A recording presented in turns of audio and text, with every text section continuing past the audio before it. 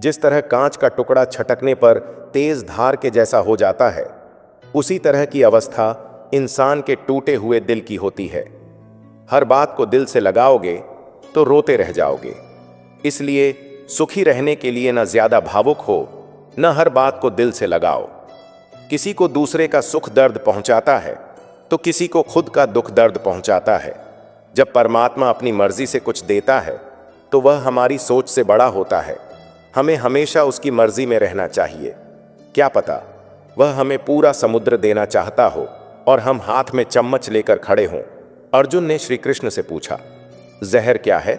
श्री कृष्ण ने जवाब दिया, हर वो चीज जो जिंदगी में आवश्यकता से अधिक होती है वही जहर होती है। फिर चाहे वह ताकत हो, धन हो, भूख हो, लालच हो, अभिमान हो, आलस्य हो, महत्वाकांक्षा हो, प्रेम हो या घृणा। इंसान का अपना क्या है? जन्म किसी और ने दिया, नाम किसी और ने रखा, शिक्षा किसी और ने दी, रोजगार किसी और ने दिया, इज्जत किसी और ने दी। पहला और आखिरी स्नान भी कोई और कराएगा, लाश कोई और ले जाएगा, मरने के बाद संपत्ति भी कोई और बांट लेगा। तो फिर इंसान घमंड किस बात का करता है? आपको शक्तिशाली बनना है, इसीलिए नहीं कि आप किसी को दबा सकें, बल्कि इसलिए कि कोई आपको दबा ना सके। दोस्तों, इस दुनिया में कोई भी किसी का अपना नहीं है। अगर आपको भी लगता है कि इस दुनिया में सब कोई अपना है तो आप बिल्कुल गलत हैं, क्योंकि जब आपको उन लोगों की ज़रूरत पड़ेगी तो कोई भी साथ नहीं देगा। यह एक कड़वा सच है। आप लोग इसे जितना जल्दी अपने दिमाग में बैठा लो उतना ही आपके लिए अच्छा होगा। बहुत पुराने समय की बात है। एक गांव में एक दुखी परिवार रहता था। उस परिवार में 7 लड़के और एक लड़की थी। उन 8 के माता पिता जल्दी ही गुजर गए थे, तो बच्चों ने भी जल्दी ही अपनी अपनी जिम्मेदारियां समझ ली थीं। शुरुआत में सबको गुजारा करने में काफ़ी परेशानी हुई, लेकिन समय के साथ सब कुछ उन्हें आसान लगने लगा। अब उन्होंने माँ बाप के बिना जीना सीख लिया था। वो 7 भाई और एक बहन उस गांव में बड़े प्यार से मिलजुल कर रहते थे। दिन निकलते ही 7 भाई शिकार के लिए निकल जाते और बहन सबके लिए खाना पकाती थी। साथ ही घर के बाकी दूसरे कामकाज भी करती थी। 7 भाई जब जंगल से वापस आते तो बड़े बड़े जानवर और पक्षी आदि मारकर लाते थे। 7 भाई जो भी चीज़ लाते, बहन उसे बड़े ही चाव से पकाती और सब भोजन करके बड़ी तृप्ति का अनुभव करते। ऐसे ही दिन गुजर रहे थे। एक दिन की बात है, 7 भाई जंगल में शिकार के लिए गए थे। शाम होने वाली थी। बहन सबके लिए खाना बना रही थी। जब वह सब्जी बनाने के लिए सब्जी काट रही थी, तभी चाकू की तेज धार से उसकी एक उंगली कट गई। उस कटी हुई उंगली से खून की धारा बहने लगी। अब बहन ने सोचा, यदि मेरे भाइयों ने मेरी कटी हुई उंगली देख ली तो मेरे भाई बहुत दुखी हो जाएंगे। इसलिए उसने सोचा कि अपने भाइयों से यह बात छुपा लेनी चाहिए। उसने बहते हुए खून को अपनी ओढ़नी से पोंछना चाहा, लेकिन फिर सोचा, अगर भाइयों ने ओढ़नी में लगे खून के धब्बे देख लिए तो मुझसे पूछेंगे और मुझे सब बताना पड़ेगा। वे परेशान हो जाएंगे। फिर उसने सोचा, दीवार पर पोंछ देती हूं। लेकिन तुरंत यह विचार आया, अगर दीवार पर खून के निशान देख लिए तो वे भी सवाल करेंगे। बहन बेचैन होकर इधर उधर घूमने लगी, लेकिन उसे कोई ऐसी जगह नहीं मिली जहां उसका बहता हुआ खून भाइयों की नज़रों से बच सके।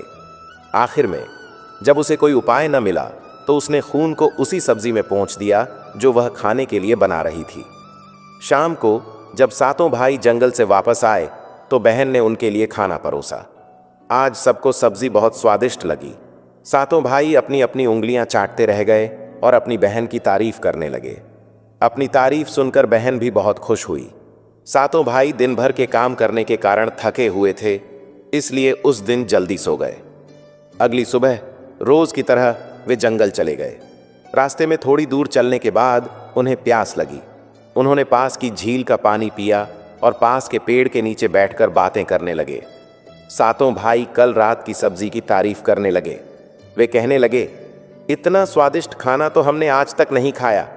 आज घर चलकर बहन से जरूर पूछेंगे कि उसने ऐसी क्या चीज डाली थी जिससे सब्जी इतनी स्वादिष्ट बनी। शाम को जब वे घर लौटे तो दोबारा अपनी बहन की तारीफ करते हुए उससे पूछने लगे, प्यारी बहन, कल रात की सब्जी में तुमने ऐसा क्या मिलाया था? बहन बताना नहीं चाहती थी, क्योंकि वह सोच रही थी कि अगर भाइयों को पता चला कि उसकी उंगली कट गई है तो वे दुखी हो जाएंगे। इसीलिए उसने कहा, कुछ नहीं बड़े भैया, जैसा रोज बनाती हूं वैसा ही बनाया था। बड़ा भाई कहने लगा, प्यारी बहन, तुम्हें आज बताना ही पड़ेगा। मैं जानना चाहता हूं कि तुमने इतनी स्वादिष्ट सब्जी कैसे बनाई। फिर उसने गंभीर स्वर में कहा, तुम्हें मेरी सौगंध है, तुम्हें सच बताना ही पड़ेगा। बड़े भाई का सब सम्मान करते थे, इसलिए बहन को भी सच बोलना पड़ा।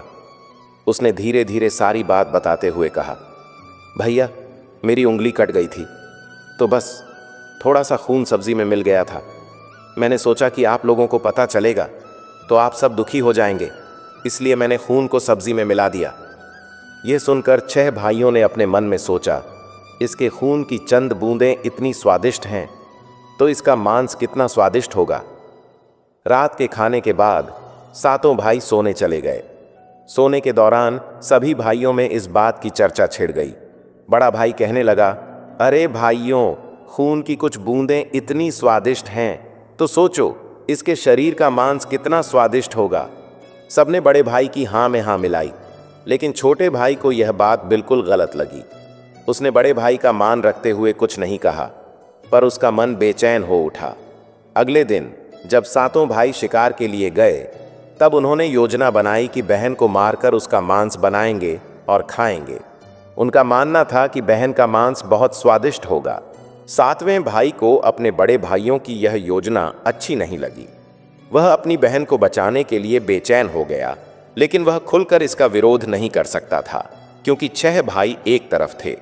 सभी भाइयों ने मिलकर एक टीले पर बांस और पत्तों से चबूतरा बनाया, जिसे उन्होंने चांद कहा। योजना यह थी कि बहन को बहला फुसला कर वहां लाएंगे और तीर मारकर उसकी हत्या करेंगे। इसके बाद वे उसका मांस खाएंगे। अगले दिन बड़े भाई ने अपनी बहन से कहा, मेरी प्यारी बहन, अब तुम बड़ी हो गई हो और शादी के लायक हो गई हो। हमने तुम्हारे लिए एक सुंदर वर की तलाश की है। आज हम उसे देखने और उसका घर देखने जाएंगे, इसलिए तुम भी हमारे साथ चलो। शादी की बात सुनकर बहन बहुत खुश हुई। वह तुरंत तैयार होकर भाइयों के साथ चल दी। चलते चलते जब बहन थक गई तो उसने बड़े भाई से पूछा, मेरा ससुराल अभी कितना दूर है? तो बड़ा भाई बोला, बस कुछ ही देर में पहुंचने वाले हैं। वह देखो बहन, दूर से दिखाई दे रहा है। बड़े भाई ने टीले पर बने चांद की ओर इशारा करते हुए कहा, वह तुम्हारा ससुराल है जहां तुम राज करोगी। यह सुनकर बहन आनंदित हो उठी। चांद पर पहुंचने के बाद बड़े भाई ने छोटे भाइयों को आदेश दिया, अपनी बहन को रस्सी के सहारे बांस के खंभे से बांध दो। सभी भाइयों ने मिलकर बहन को जल्दी से बांध दिया। अपने ही भाइयों को हत्यारे के रूप में देखकर बहन का हृदय हाहाकार कर उठा। वह ईश्वर को याद करते हुए कहने लगी, हे ईश्वर, अब तुम ही मेरा सहारा हो। मेरे 7 भाई मेरी हत्या करना चाहते हैं। इनमें से एक भी ऐसा नहीं है जिसके दिल में मेरे लिए दया और प्रेम हो। 7वें भाई को बहन की पुकार पर दया आ गई, लेकिन 6 भाइयों का विरोध करने का साहस वह नहीं जुटा पाया। बहन को बांधने के बाद बड़े भाई ने सबको बारी बारी से उस पर प्रहार करने का आदेश दिया। बड़ा भाई सबसे पहले धनुष बाण लेकर अपनी बहन पर प्रहार करने को आगे बढ़ा। तभी बहन ने भाई के सामने हाथ जोड़कर करुण स्वर में कहा, मारो मारो भैया, छाती में लक्ष्य करके, तुम्हारा तीर जंगल की तरफ जाएगा। भाई ने कठोरता दिखाते हुए तीर चलाया, लेकिन उसका निशाना जो हमेशा अचूक रहता था, आज विफल हो गया। इसके बाद दूसरा भाई तीर चलाने को तैयार हुआ। बहन ने उसके सामने भी हाथ जोड़कर वही करुण गीत गाया, उसका भी निशाना चूक गया। इसी तरह सभी 6 भाइयों ने बारी बारी से बहन पर तीर चलाने की कोशिश की, लेकिन हर बार उनका निशाना चूक जाता। अब 7वें भाई की बारी थी। उससे 6 भाई कहने लगे, भाई, पूरी ताकत से तीर चलाना और बहन को एक बार में मार देना। अगर तुम्हारा निशाना चूक गया तो तुम जिंदा नहीं बचोगे, हम सब तुम्हें मार देंगे। बहन ने छोटे भाई की जान बचाने के लिए अपनी जान न्यौछावर करने का निश्चय किया। वह ईश्वर से प्रार्थना करने लगी, हे ईश्वर, मेरे भाई का तीर मेरी छाती भेदने में सफल हो जाए। फिर वह करुण गीत गाने लगी, मारो मारो भैया, छाती में लक्ष्य करके। हे ईश्वर, मेरे भाई का तीर मेरी छाती को भेद कर पार हो जाए। छोटे भाई ने तीर चलाया। उसका तीर बहन के माथे पर जाकर लगा।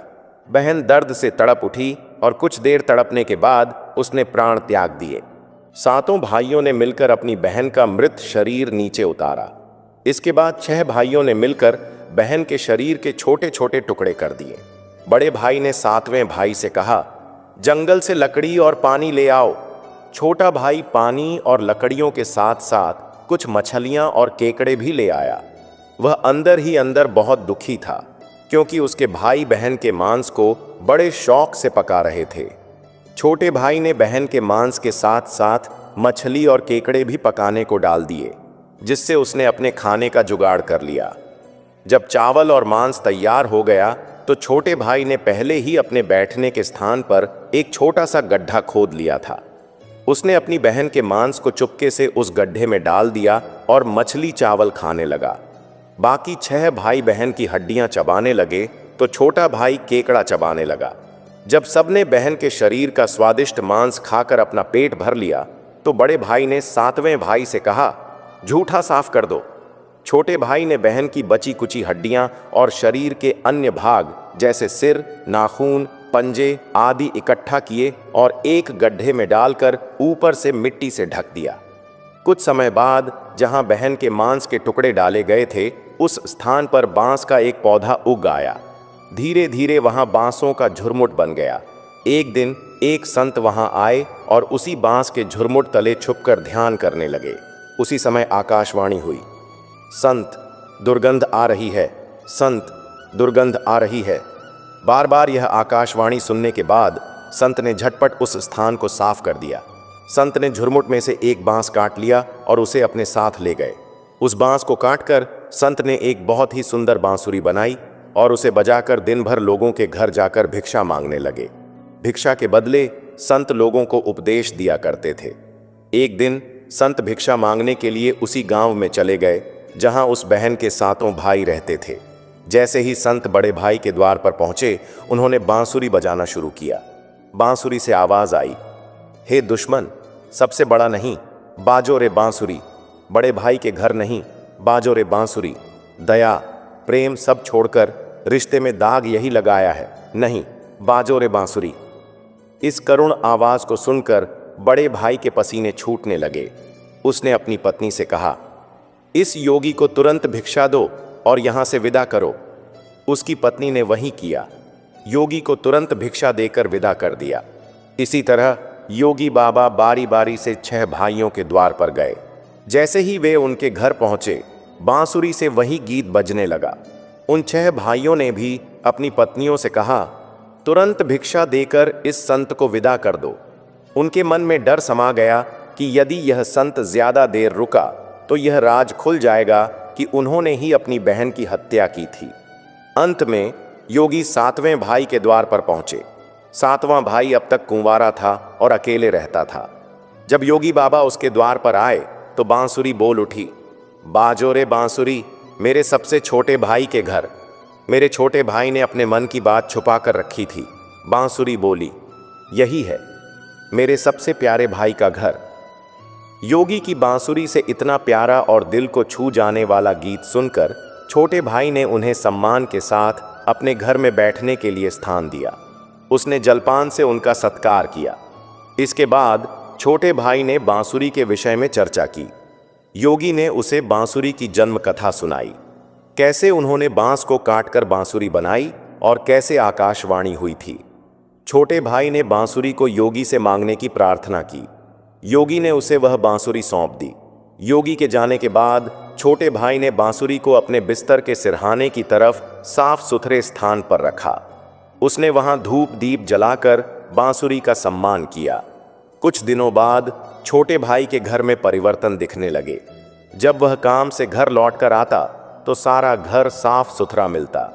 जब रोज रोज यही बात दोहराई गई तो छोटे भाई ने अपनी भाभियों के घर जाकर पूछा, भाभी, मेरी गैर हाजिरी में आप लोग मेरे घर की साफ सफाई करती हैं क्या? सभी भाभियों ने जवाब दिया, हमें अपने घर के कामकाज से फुर्सत नहीं है, तुम्हारा घर हम कैसे साफ करेंगे? छोटे भाई ने निश्चय किया कि वह आज छुप कर देखेगा कि उसका घर कौन साफ करता है। उस दिन वह काम पर नहीं गया और घर के एक कोने में छुप गया। घर सुनसान होते ही जहां बांसुरी स्थापित की थी, वहां से उसकी बहन की शक्ल की एक लड़की निकली। उसने घर का सारा काम किया और फिर उसी बांसुरी में समा गई। छोटे भाई ने यह सब देखा तो उसे अपनी आंखों पर विश्वास नहीं हुआ। उसने यह बात अपनी बड़ी भाभी को बताई। बड़ी भाभी ने अपने छोटे देवर को समझाया, जैसे ही लड़की बांसुरी से बाहर निकलेगी, तुम उस बांसुरी को आग में डालकर जला देना और फिर उस पर तुलसी का जल छिड़क देना, फिर देखना क्या होता है। छोटे भाई ने बड़ी भाभी के कहे अनुसार काम किया। जैसे ही लड़की बांसुरी से बाहर निकली, उसने बांसुरी को आग में डाल दिया और लड़की पर पवित्र तुलसी का जल छिड़क दिया। तुलसी जल के स्पर्श से वह लड़की मानव रूप में आ गई। भाई ने देखा, वह तो उसकी प्यारी बहन थी। उसने अपनी बहन को गले से लगा लिया। इसके बाद दोनों भाई बहन बड़े प्रेम से रहने लगे। बहन ने भाई को अपनाया और भाई ने बहन को। खुशी खुशी एक दूसरे के साथ रहते हुए उन्होंने अपना जीवनयापन किया। दोस्तों, यह एक कड़वा सच है कि इस दुनिया में कोई भी व्यक्ति किसी का सच्चा अपना नहीं होता। रिश्तों की मिठास और दोस्ती का बंधन अक्सर स्वार्थ से जुड़ा होता है। जब हम कठिनाइयों का सामना करते हैं, तभी हमें पता चलता है कि हमारे आसपास कितने लोग वास्तव में हमारे साथ हैं। बाहरी दुनिया में सब कुछ दिखावटी है। हर कोई अपने फायदे के लिए रिश्ते बनाता है। ऐसे में जब हमें समर्थन और सहारे की ज़रूरत होती है, तो अक्सर हम अकेले रह जाते हैं। यह समझना ज़रूरी है कि असली अपनापन उसी समय प्रकट होता है जब बिना किसी स्वार्थ के कोई हमारी मदद करता है। इस सच्चाई को स्वीकार करने में हमें समय लग सकता है, लेकिन यही समझ हमें मजबूत बनाती है। जब हम यह जान लेते हैं कि असली मित्रता और अपनापन बिना शर्त के होते हैं, तब हम सच्चे रिश्तों की कदर कर सकते हैं। इसलिए हमें अपने रिश्तों में सतर्क रहना चाहिए और उन लोगों को पहचानना चाहिए जो हमारे साथ सच्चे दिल से खड़े होते हैं। इस सच्चाई को अपनाना हमें एक बेहतर इंसान बनने में मदद कर सकता है। खूबी और खामी दोनों ही होती हैं हर इंसान में। जो तराशता है उसे खूबी नज़र आती है और जो तलाशता है उसे खामी नज़र आती है।